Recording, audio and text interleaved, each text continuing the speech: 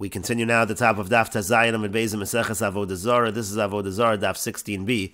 On the previous summer, there was a machlokas amoraim. When you have a chaya gasa, you have a large undomesticated animal, a large wild animal. Are you allowed to sell that to an ovid kochavim? Rav Chanan bar Rava said you are allowed to sell to an ovid kochavim if it's a place where the minhag is that it's mutter to sell to ovid kochavim. Whereas Rav said it's prohibited to sell that animal, that large wild animal, to an ovid kochavim. And the Gemara tried to bring a proof from our Mishnah to Rav Chanan bar Rava, because in our Mishnah it says you cannot sell lions and bears to Ovdei Kochavim because those are dangerous. So it sounds like, let's say they would be trained and they would not be dangerous. It sounds like a Chaya Gasa you would be allowed to sell to an Oved Kochavim. That sounds like Rav Chanan bar Rava, not like Rav. And the Gemara says, no, it could be that inference that you're making from the Mishnah, that is specifically talking about a situation where the animal is injured, via Libud Rabbi Yehuda, meaning following the opinion of Rabbi Yehuda, because Rabbi Yehuda said when you have a large animal that's injured, Rabbi Yehuda says it's permitted to sell that to an Oved Kochavim. We said that on the previous Amud, and that might be what's going on in our Mishnah as well. Rashi explains, Valibud Rabbi Yehuda deshari dechavase b'behema gasa. He says even by a large domesticated animal that's permitted if it's injured. Avol Rabbanan also, but according to the Rabbanan, indeed it would be forbidden. This is just following Rabbi Yehuda. Well, Rabbi Yehuda nami ari shalem aser. Now, according to Rabbi Yehuda also, let's say you would have a lion that was not injured, it would be forbidden. V'chaya gasa kebehema gasa karav. It could very well be that a large wild animal is the same as a large domesticated animal and is forbidden. Again, it could be like Rav said. And the Gemara continues, Rav Ashi says, Stam Ari Shavarhu Eitzel Malacha. In general, a lion is considered to be injured when it comes to work, because a lion is not used for work. Rashi explains what Rav Ashi is saying. Rav Ashi Amar Afilu Tema Ba'ari Shalem. You could say that our Mishnah actually is talking about a lion that is not injured, so you don't have to say specifically that it's talking about an injured lion. Umas Nisan Rabbi Yehuda. And again, you're going to say that our Mishnah follows Rabbi Yehuda, Deshari B'Shavura. And that's why Rabbi Yehuda says that in general, let's say you have injured animals, it's permitted to sell them to Ovdei Kochavim. And the idea is V'chol Arroyos Shavurnein Eitzel Malacha. All lions are considered to be injured with regards to work, because the whole idea of injury is that it impacts what kind of work can be done. Diari Lav Bar Malachu. The point over here is that a lion is not an animal that can do work, so it's always considered to be injured. Avol Rabbanan Da'asri B'Shavura. But let's say according to the Rabbanan who say that an injured animal, it's still forbidden to sell that to an Oved Kochavim. Asri Nami Bari. They actually would say that it's forbidden to sell an Ari, it's forbidden to sell a lion. Again, the whole idea over here is that the Mishnah is implying that if you have a tamed lion, it's permitted to sell that to the Oved Kochavim. And Rav Ashi is saying the reason why that's permitted, we're not even talking about an injured lion, we're talking about a tamed lion that's not injured. The reason why the Mishnah is saying it's permitted is because the Mishnah is following Rabbi Yehuda, and Rabbi Yehuda says in general, if the animal cannot do work, then it's permitted. And so an Ari is always considered injured because it generally does not do work. And the Rabbanan would actually say that a lion would, since they say in general an injured animal it's prohibited to sell to an Oved Kochavim, they would say a lion also, if it's a tamed lion, that would be problematic. For Rabbi Yehuda Nami, and also Rabbi Yehuda, B'shar Chaya Gasa, let's say you had other large wild animals, could go narod, the Tachni Burechaya, for example, let's say you have certain kind of donkeys or certain kind of mules that are used in the millstone, Kedel Kamonas will say later on, Mod De'ein Mochrin, so then he would admit again that you're not able to sell those animals, as we're going to see. And so the point over here is that it could be like Rav, really in general, when it comes to wild animals, if they do malacha, if you have a large wild animal, it would be forbidden to sell that to an Oved Kochavim. And the Gemara continues, Meseches, we have a question from the following Brisa, Kashem she'ein mochrin lahen behema gas. It says in the Brisa, just like you don't sell to the Ovdei Kochavim large domesticated animals, kachein mochrin lahen chaya gas, so too you don't sell them wild large animals. Va'afilo b'mokum shemochrin lahen behema daka, even in places where you are allowed to sell, where the minhag is you can sell behema daka, small domesticated animals, but chaya gas ein mochrin lahen, but you cannot sell chaya gas, you can't sell large wild animals to the Ovdei Kochavim. And the Gemara says, to Yufta Rav Chanan bar Rava, should we say that this is a refutation of Rav Chanan bar Rava? This certainly seems to be like Rav, and the Gemara says to Yuvta, indeed this Brisa is a refutation. But the Gemara continues, Ravina Rami Masnisan Abraiso Mashani. Ravina, the way he did it was, he said that there was a contradiction between the simple understanding of the Mishnah and the Brisa, and then he answered the contradiction. It's going to be very similar to the Gemara above. Tanan, we learned in our Mishnah, Ein Mochrin Len Dovin V'Arayos V'lo Kol Davar Sheyesh Bo Nezek L'Rabim. You're not allowed to sell to the Ovdei Kochavim bears and lions or anything that could cause damage to the public. So time of dis bei nezek. So it seems like the reason why you're not allowed to sell is because they cause damage. Halas bei nezek mochen. But if they don't cause damage, again, let's say they were trained or tamed, so then we would say that you are allowed to sell in that situation. And so it sounds like from the Mishnah you can sell large wild animals to the Ovdei Kochavim. But the Gemara continues and asks from the Brisa we just quoted above, or Ramini, we have a contradiction to that. It says in the Brisa, Kashem shein mochen behema gasa, kachein mochen chaya gasa, just like we don't sell the large domesticated animals, we don't sell the large wild animals, va'afilu b'makom shemochen behema daka, even in places where the minhag is to sell the smaller domesticated animals, chaya gasa ein mochen, but we don't sell the larger wild animals. And so again, you have this contradiction between the Mishnah and the Brisa. In this version, we're just viewing it as a contradiction between our Mishnah and the Brisa.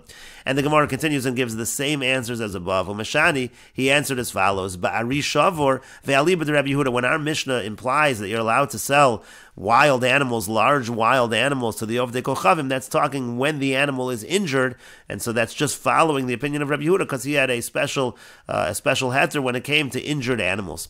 Rav Ashi says, no, stam ari shavru etzel malacha. In general, by a lion, that's always considered to be injured. Even if it's not injured, it's considered to be injured because it doesn't do work. And again, the same basic idea.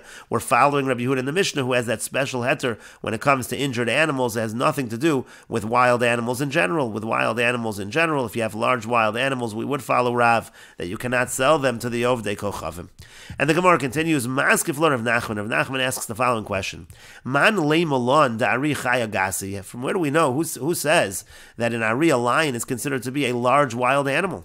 Dilma chaya da'akohi. Maybe it really is considered to be a wild animal that's a small wild animal. How do you know it should be considered to be a large wild animal? And Rav Nachman's point over here is to say that really you can't bring any proof at all from our Mishnah to Rav Chanan bar Rava, because you're trying to prove that in Ari we can infer that if the Ari was not dangerous, you'd be allowed to sell it to an Oved Kochavim. That shows that a large wild animal you can sell to Oved Kochavim, but maybe really an Ari is considered to be a small wild animal, and so therefore the only inference you can make is that a small wild animal can be sold to an Oved Kochavim. But again, we already know that by a small domesticated animal you can sell that to an Oved Kochavim if that's the minhag, and so therefore there would not necessarily be a proof from our Mishnah to Rav Chanan bar Rav at all. It could be it's not a question against Rav. And the Gemara continues along the same lines. Rav Ashi dayik masnisin umosiv to yufta. Rav Ashi was very careful in examining the Mishnah, and he asked the question as follows. Tanan, we learned in the Mishnah again, in mocher lehen dovim varayis, you can't sell to the Ovdei Kochavim bears and lions. V'lo kol davar sheyesh bo nezek l'Rav, not anything that causes damage to the public. And so we would say ta'im de'is bei nezek holes bei nezek mocher. It sounds like it's only because it causes damage, but if it doesn't cause damage, it sounds like you could sell it to the Ovdei Kochavim. And again, initially, that seems to be a proof Chanan bar Rava, because it's saying you can sell these animals to the Ovdei Kochavim. But v'taima ari destam ari shavar eitzel malacha. But then the way that Rav Ashi understands the Mishnah is 1 second. That's only by a lion, because a lion is considered to be injured when it comes to work. So really, your whole inference is that only by a situation of injury is it permitted. Aval midi achrina da'avin malacha lo. But if let's say you'd have some other kind of wild, at large animal that does work, so apparently this would not be the case. Apparently you actually would not be allowed to sell such an animal, and so therefore it would actually be tiyufta de Rav Chanan bar Rava. If you analyze the Mishnah in that fashion, we can say that it's a refutation of Rav Chanan bar Rava, and the Gemara says tiyufta. Indeed, you could say it's a refutation if you learn the Mishnah in that fashion. Again, meaning to say, if you're going to be very careful in examining the Mishnah and saying that we can only infer that it is permitted to sell a lion because a lion is always considered to be injured, so then the Mishnah would be following Rabbi Yehuda's heter that it's because of the fact that it's considered to be injured. But if it would be an animal, a wild animal that was a large wild animal that was not considered to be injured, meaning to say it was an animal that could potentially do work, so then actually it would be prohibited, and that follows Rav. That's a refutation against Rav Chanan bar Rava. And the Gemara continues, V'chaya gasa miyos mai malacha avda. But going back to this assumption over here, a large wild animal, what kind of work could that animal possibly do? And the Gemara says, Amar Abai says, Amar li Mar Yehuda, Devei Mar Yochni Tochni Rechayim Barodi. Mar Yehuda said to me that in the house of Mar Yochni, they actually used to use these wild donkeys in order to grind by the millstone. So the point over here is it is possible that wild animals are able to do malacha. And the Gemara continues, Amar Rabbi Zera says, Ki avinan bei Rav Yehuda, when I was by Rav Yehuda, Amar Lon, he said to us, Gemiru minoi hamilsa, learn from me the following. Demigavra Rav Shmueli, I heard it from a great person, V'lo yadani imei Rav imei Shmuel. I don't know if I learned it from Rav or Shmuel, but the following halacha, this was mentioned on the previous Amud, Chaya gasa, by a large wild animal, Harehi kibehema daka lepirchas. It follows the halachas of behema daka, which is a small domesticated animal, in terms of the halachas of pirchas, of spasms. Again, as we mentioned on the previous Summit, this is a chumrah. By a behema daka, let's say you have an animal, a behema daka, that's in danger of its life, and you do shchita, you have to make sure it didn't die before the shchita. In order to make sure, the animal has to have a spasm in its foreleg, that it has to stretch out the leg and retract the leg. It's not enough to stretch out the leg, it has to stretch it out and retract. And so we're saying by a chaya gasa, by a large wild animal, the same thing is true when it comes to pirchas. It has to stretch out the foreleg and retract the foreleg. And the Gemara continues, Ki asoy lekorkunya, this is Rabbi Zera talking, when I came to Korkunya, Ashkachti Rav Chia Barashi, I found Rav Chia Barashi. V'Yosef v'kam Rav Mishmei de Shmuel, and he was saying in the name of Shmuel, this halacha, Chayagasa harei kebehema daka lepirchus, that a Chayagasa is like a behema daka for pirchus. So I said to myself, Shma mina Mishmei de Shmuel itmar. You see from this that it's in the name of Shmuel, because again we just said above he wasn't sure if it was in the name of Rav or Shmuel, so now I heard it in the name of Shmuel. But then Rav Zera continues, Ki asay l'sura, when I came to Surah, Ashkachti l'Rabba bar Yirmiyah de Yosef v'kamar lo Mishmei de Rav. I found Rabba bar Yirmiyah, he was saying this halacha in the name of Rav, Chaya gasa harei kebehema daka lepirchus, that a Chaya gasa is like a behema daka for pirchus. So then I said to myself, Shma mina, you see from this, Itmar Mishmei de Rav, v'itmar Mishmei de Shmuel. It was said in the name of Rav and the name of Shmuel. And the Gemara continues, Kislikis lahasam, when I went over there to Eretz Yisrael, Ashkachti l'Ravasi de Yosef v'kamar. I found Ravasi that he was sitting, and he said as follows, Amar Rav Chama bar Guria Mishmei de Rav. Rav Chama bar Guria said in the name of Rav, Chaya gasa harei kebehema daka lepirchus. Again, the same halacha, that a Chaya gasa is like a behema daka when it comes to pirchus. So Amri lei, so then I said to him, V'lo savar lo mar de man mor de shmaitzer Rabba bar Yirmiyah. Doesn't the master hold that really it's really Rabba bar Yirmiyah who said in the name of Rav, not Rav Chama bar Guria? You're quoting the wrong person. This is not a halacha from Rav Chama bar Guria from Rav. It's a halacha from Rabba bar Yirmiyah from Rav. So Amar lei, so he said back to me, Pasya uchma. He said blackened pot. That was a term of endearment for the Amoraim, for the sages. He said, Minoyu minoch testayim shmaita. From me and from you, we can fully understand who said it in the name of whom. And the proper way of saying it is as follows. Itmar nami was stated as well, says the Gemara, Amar Rabbi Zera, Amar Ravasi, Amar Rabba bar Yirmiyah, Amar Rav Chama bar Guria, Amar Rav. The point over here is that from me and from you, we understand that it's Rabba bar Yirmiyah saying it from Rav Chama bar Guria, saying it from Rav. This Itmar nami is just another statement where it was said from all these Amoraim above, that Rabbi Zera says, that Ravasi says, that Rabba bar Yirmiyah says, that Rav Chama bar Guria says, that Rav says, Chaya gasa harei kebehema daka lepirchus, that a Chaya gasa is considered like a behema daka when it comes to pirchus. And the Gemara continues at the two dots. The Mishnah said, Ein bonin v'chulu, you're not allowed to build. These were various kinds of structures that were used for dangerous activities, for killing. So we're not allowed to help in the construction of those structures. And the Gemara says, Amar Rabba bar Chana, Amar Rabbi Yochanan. And Rabba bar Chana says that Rabbi Yochanan says, Gimel basilkos, hey, and there are three kinds of basilicas. Shal malchei of the kochavim, one is of the kings, and those, as we're going to see in a moment, those were used for dinei nefashos, for capital cases. V'shel marchatzos, there are also those that are used for bathing. V'shel otzaros, and there are also those that are used like as a treasury. Amar Rava says, Beis laheter, there are two of them that it's mutter to help construct. V'echad le'isr, but one of them is going to be prohibited. That's the one of the kings. V'simen, and the mnemonic to remember that is lesor malchayim bezikim. So we're just understanding the pasuk lesor malchayim. It's not the simple pshat of the pasuk, but the idea is that the ones of the kings, those are going to be usher, because again, those were used for capital cases. And the Gemara continues, V'ika diamri, there are those that say, Amar Rava says kulam laheter, that actually all three, it's actually mutter to help construct.